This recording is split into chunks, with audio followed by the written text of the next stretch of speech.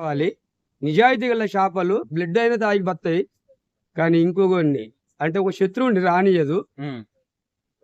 ముక్కోటి దేవుళ్ళు వచ్చినా ఈ దేవరం దాటిపోలేరు. నేను అనుకున్నది డైలాగు. అంటే ఇప్పుడు నువ్వు టైటిల్ లేకుండా మనం ఏమని చెప్తాం సార్?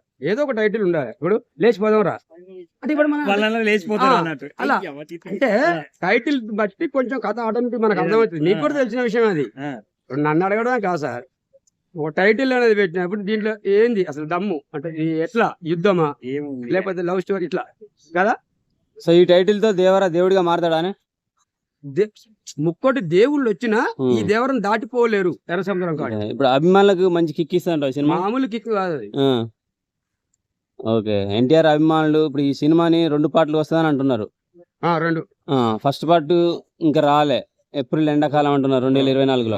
అది అన్న మనం టైటిల్ అప్పుడు వచ్చి ఆయన డేట్ మనం రిలీజ్ డేట్ మనం చెప్పలేములే కానీ అంతే కదా సార్, మనం చెప్పలేము. అది వాళ్ళు ఎప్పుడు అనుకుంటారు అప్పుడు వస్తుంది. సో కథ నచ్చింది అనుకో సెకండ్ పార్ట్ తిత్తాడు. సో దేవరతో దిబిడి అంటావు కన్ఫర్మ్ కదా, అంటే తేడా లేదు. ఓకే, ఎందుకంటే ఆ టైటిల్ ని బట్టి నేను చెప్తున్నా అంతే. టైటిల్ లేకుండా ఏదో అని అన్నాను అనుకో మనం ఏం చెప్పలేం కదా సార్. ఇప్పుడు పలాని ఈ వ్యక్తి పేరు మహేష్ బాబు అనుకున్నాం అంటే ఆయనకు ఒక టైటిల్ నేమ్ ఉన్నది. ఓకేనా, పిల్లాడు ఏం వేసుకున్నాడు, పాయింట్ వేసుకున్నాడు, ఇది కాదుగా. అది నేను టైటిల్ ఉంటే చెప్పగలను సార్, లేకపోతే చెప్పలేను. కనీసం కొంచెం అన్న కథ అన్న తెలిసి ఉంటే మనం చెప్పగలం, కానీ కథ మనకెందుకు ఇస్తారు వాళ్ళు ఇయర్గా.